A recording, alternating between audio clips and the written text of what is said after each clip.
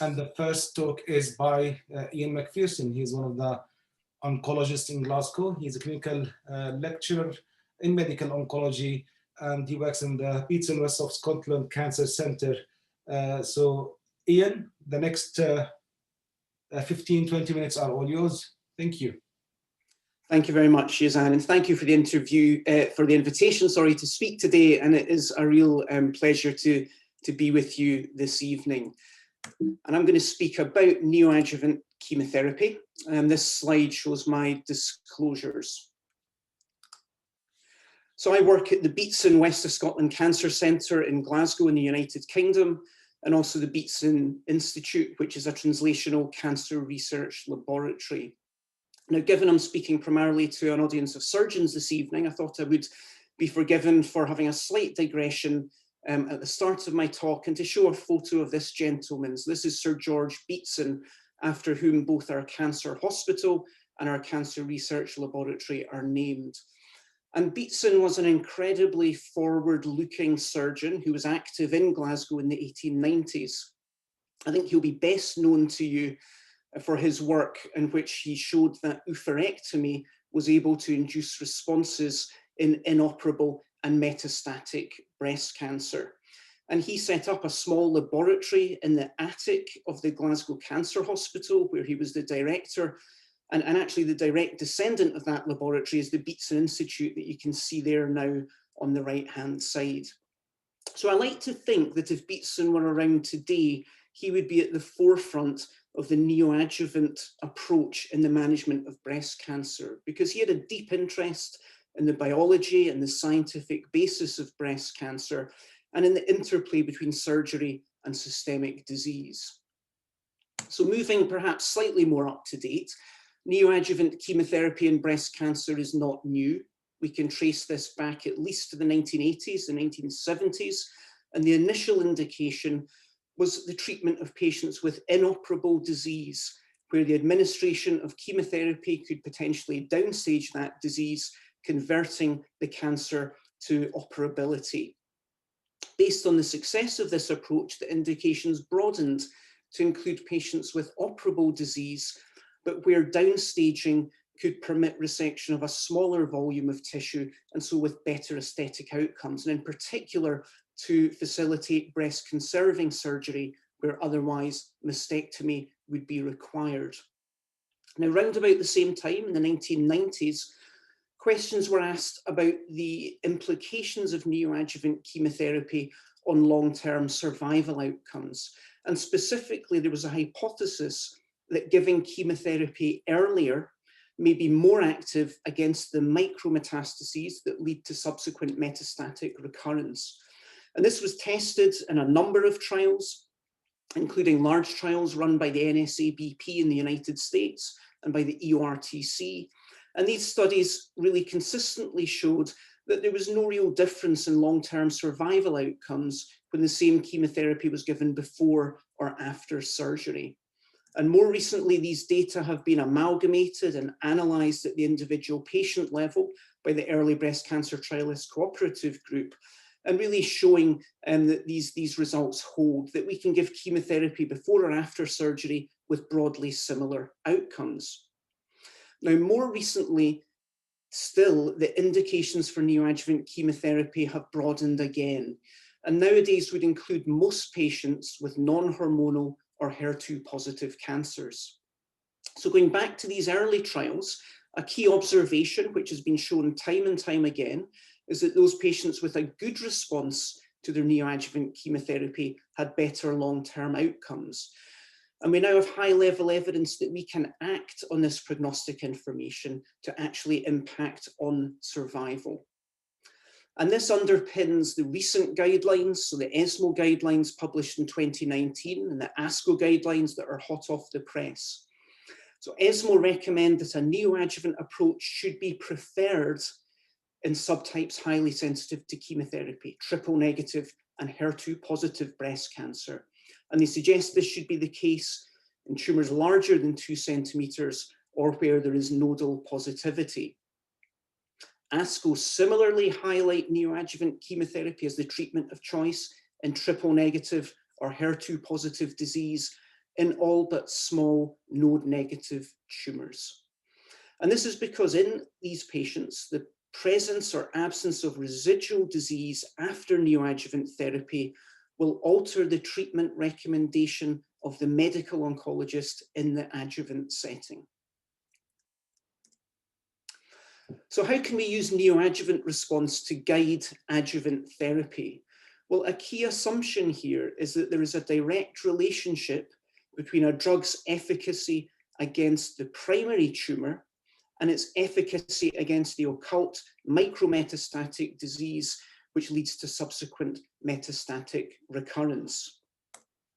Hence, if we have the best possible response to neoadjuvant chemotherapy, a pathological complete response, defined as the absence of residual invasive cancer in the resected breast specimen and sampled regional nodes, then we would hope that we would see an equally good response with elimination of these much, much smaller deposits in the early metastatic niche in the bone marrow, the liver, or wherever that may be disseminated within the body. And thus, improvements in path-CR should be mirrored with a better event-free and overall survival. And indeed, this is the case, and this has been shown in these early studies I mentioned consistently and crystallized in recent meta-analyses such as this one. You can see on the left survival curves for patients with triple-negative breast cancer, on the right patients with HER2-positive breast cancer, according to whether or not their treatment was sufficient to achieve pathological complete response. And you will see a wide separation of the survival curves according to whether or not path-CR was attained. Now that's a binary distinction, but we can drill down in more detail into the non-path-CR group, and perhaps unsurprisingly, the amount of residual disease is also important. So one way of doing this is by looking at residual cancer burden, which attempts to quantify the amount of residual disease in the event of non-path-CR. And this divides patients into 4 classes: RCB 0 or path-CR, RCB 1, 2, and 3, with increasing amounts of residual disease. And you can see within the non-path-CR group, we can further stratify long-term outcomes according to the amount of residual disease present. Now, I would ask you to then contrast all of this information with the information or lack of information we gain when we keep all our treatments back until after surgery. Now, when I treat a population of patients with adjuvant chemotherapy, I have a very high level of certainty at the population level of what the effects of that chemotherapy will be. And I know that I will reduce cancer mortality by about 1/3. And that's based on very high level data, over 100,000 women in many randomized trials. Again, the early breast cancer trialists, Oxford overview. Where things become much more difficult, however, is for the individual patient. And it's very common at the end of a patient's adjuvant chemotherapy for that patient to ask, how did my treatment work? Was my cancer sensitive? Can you tell me any more about my risk? And actually that is essentially impossible. To all intents and purposes, that patient is a black box. We do not know what our treatment has done to any micrometastatic disease within that patient because we have no way of determining this.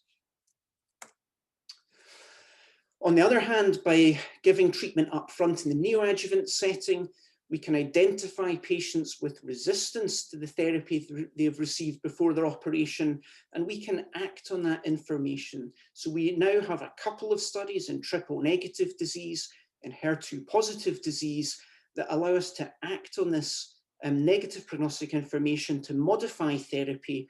And we have data from these randomized trials that by doing so, we can impact on these poor outcomes and we can pull these survival curves back up. So we'll start with triple-negative breast cancer, and the general principles. We would tend to use similar regimens in the neoadjuvant setting to those that are well established for adjuvant therapy.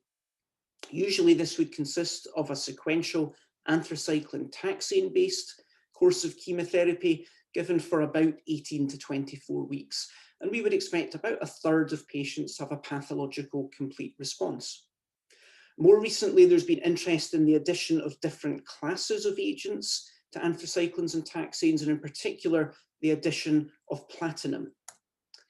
A number of clinical trials have evaluated the impact of adding platinum to anthracyclines and taxanes, and consistently, these studies have demonstrated that platinums will lead to a higher proportion of patients experiencing pathological complete response, so upwards of 50% path-CR rate.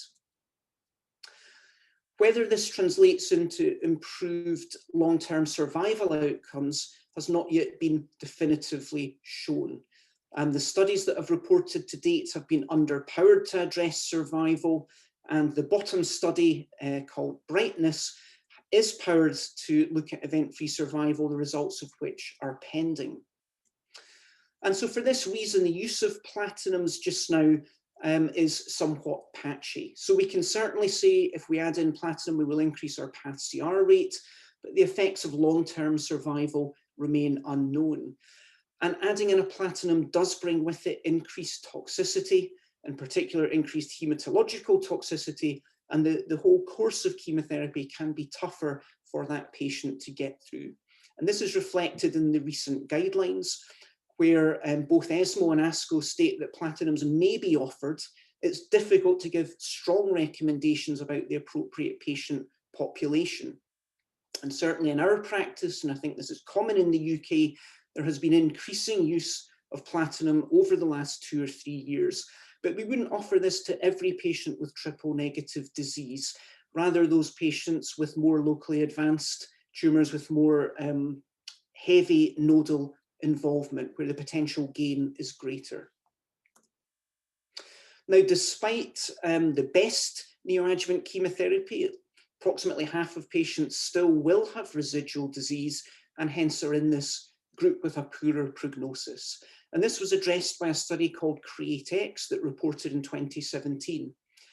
And CREATE-X asked the question, does adjuvant capecitabine improve overall survival in patients with HER2 negative breast cancer in whom their neoadjuvant treatment has not been sufficient for them to attain pathological complete response? And the design is shown here. So patients without path-CR randomized to either a control arm, which in the case of the triple negative patients consisted of no further systemic therapy, or to an experimental arm with capecitabine, which is an oral chemotherapy drug, which is not widely used in the adjuvant treatment of breast cancer. And that was given in 3 weekly cycles for between 6 to 8 cycles of treatment. And the results are shown on the right, and you can see both statistically and clinically significant improvements in disease-free and overall survival with the addition of adjuvant capecitabine to this group with non-path-CR. So to summarize then, in triple negative breast cancer, we can use neoadjuvant chemotherapy to identify patients whose disease is resistant to that therapy and who have poorer survival. And moreover, we can alter our adjuvant systemic therapy. We can escalate it with the introduction of capecitabine to subsequently improve the survival outcomes for these patients. So now we'll move on to HER2 positive breast cancer. The general principles are the same. We use the same regimens that we would use in the adjuvant setting. So very often that would be sequential anthracycline taxane-based chemotherapy for between 18 to 24 weeks, with the addition of anti-HER2 targeted therapy. Usually this is with trastuzumab, also known as Herceptin, an anti-HER2 monoclonal antibody, and where available also with pertuzumab, a second monoclonal antibody. These antibodies begin in the neoadjuvant phase with the taxane component of therapy and are continued following surgery for a total duration of 1 year. Now, it's been known for a number of years that trastuzumab substantially increases path-CR rates. More recently, studies such as Neosphere showed that adding in a second antibody, pertuzumab, further increased the chance of pathological complete response. And pertuzumab, in fact, was approved by the FDA on the basis of these path-CR results, which ultimately is a surrogate endpoint. but with the proviso that long-term outcomes would be studied in a much larger, adequately powered study, Affinity. So here you can see we require far larger numbers, 4,500 patients, in fact 5,000 patients recruited in this study, comparing chemotherapy with pertuzumab and trastuzumab versus chemotherapy and trastuzumab in the standard arm. And Affinity was a positive trial, so here the improved path-CR in the neoadjuvant setting did correlate with improved long-term outcomes in the larger adjuvant trial. Nevertheless, despite modern chemotherapy and dual antibody therapy, we still have a significant proportion of patients who will be left with residual disease. And this was addressed by the Catherine study, which was reported now a couple of years ago. And Catherine asked whether survival outcomes could be improved by switching adjuvant antibody therapy to a different agent, TDM1. TDM1 is essentially trastuzumab with, on average, 3.5 molecules of highly active cytotoxic chemotherapy covalently linked to the antibody. And TDM1 shows a high level of activity in the metastatic setting following resistance to trastuzumab and pertuzumab. And this was there for the basis of testing this drug in the post-neoadjuvant residual disease setting. So this shows the design of the Catherine trial. Patients were randomized either to a control arm, so continuing standard antibody therapy with trastuzumab for 14 cycles, or alternatively, an experimental arm with 14 cycles of TDM1. And the primary endpoint was invasive disease-free survival. There was a substantial benefit in 3-year invasive disease-free survival, so 77% up to 88% when the adjuvant therapy was switched from trastuzumab to TDM1. If we look at the individual events that contribute to the IDFS endpoint, you can see that TDM1 reduces both distant recurrences and local regional recurrences. I will highlight, however, that CNS recurrences were not reduced. And the CNS, the brain, is a sanctuary site that's not accessed very well by agents such as TDM1, by monoclonal antibodies. And as our treatments become more and more effective at dealing with extracranial microscopic disease, the importance of CNS as a site of first recurrence becomes proportionately more and more important. So to summarize the situation in HER2-positive breast cancer, again, we can use neoadjuvant therapy to identify patients whose disease is resistant and in whom survival will be poorer. And we can then act on that information to improve their survival by giving a different adjuvant treatment in the form of TDM1. So in the last couple of minutes then, I'm going to switch to the other group of patients. So far we've spoken about escalation of therapy in the non-path-CR group, but the converse is those patients who have attained a pathological complete response. And the question then becomes whether we could reduce their treatment without compromising their chance of cure, but avoiding toxicity for the individual patient, but also thinking more broadly about our healthcare systems, where we give very resource-intensive, very expensive, prolonged courses of therapy. So could this be reduced without making any sacrifices in long-term outcomes in the pathological complete response group? And this is being looked at largely in the HER2-positive setting. And I think there are a few observations to make. The first one is that we do require prospective clinical trials to address this. We cannot at the current time simply state that a patient has attained a pathological complete response, hence has an excellent prognosis and does not require any further therapy. And that is because the data that has confirmed the good prognosis in this group was predicated on patients receiving full standard therapy. So usually with anthracyclines, taxanes, and the full year of anti-HER2 therapy. Other observations are that the prognostic impact of pathological complete response does not seem to vary according to the specific treatment that was given to achieve that response. So the exact chemotherapy probably doesn't matter once a patient has a path-CR they have a PathCR with the good prognosis that comes with that. But on the other hand, all PathCRs are not equal.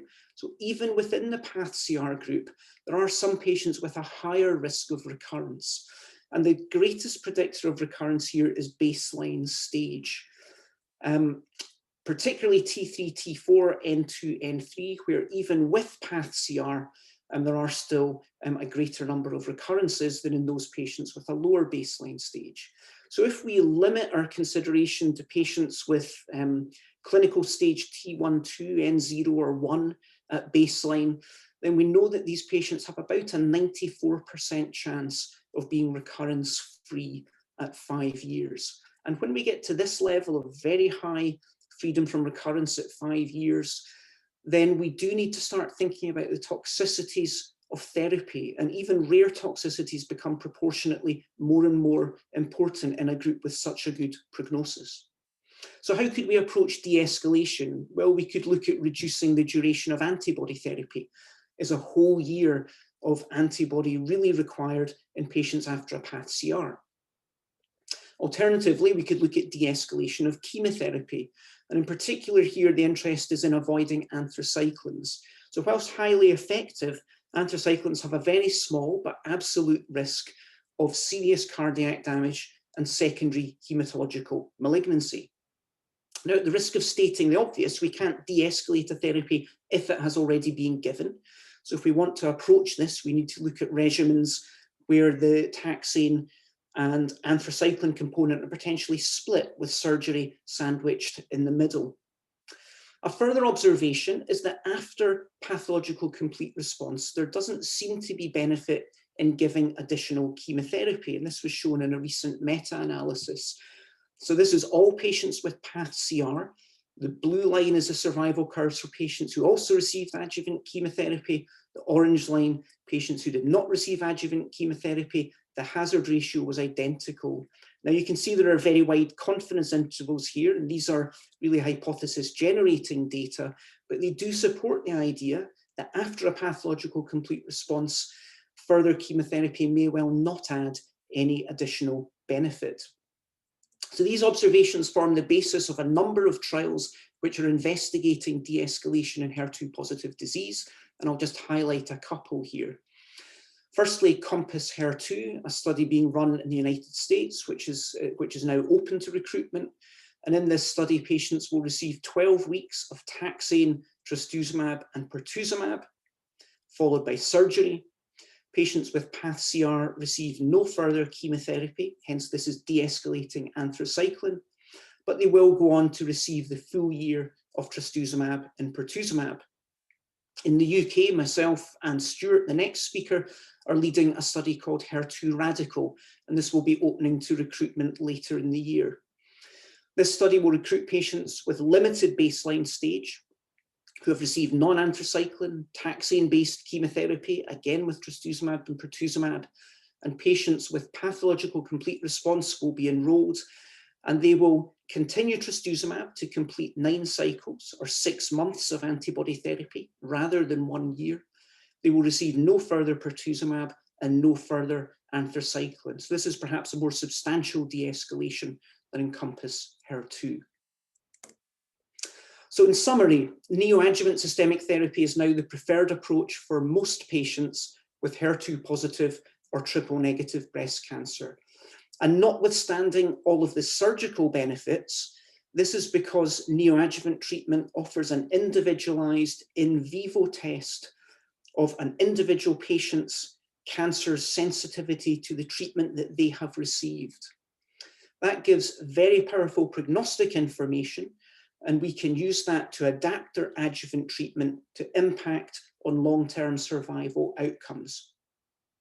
The converse, the de-escalation of therapy in patients with PathCR, is currently a very high priority research question.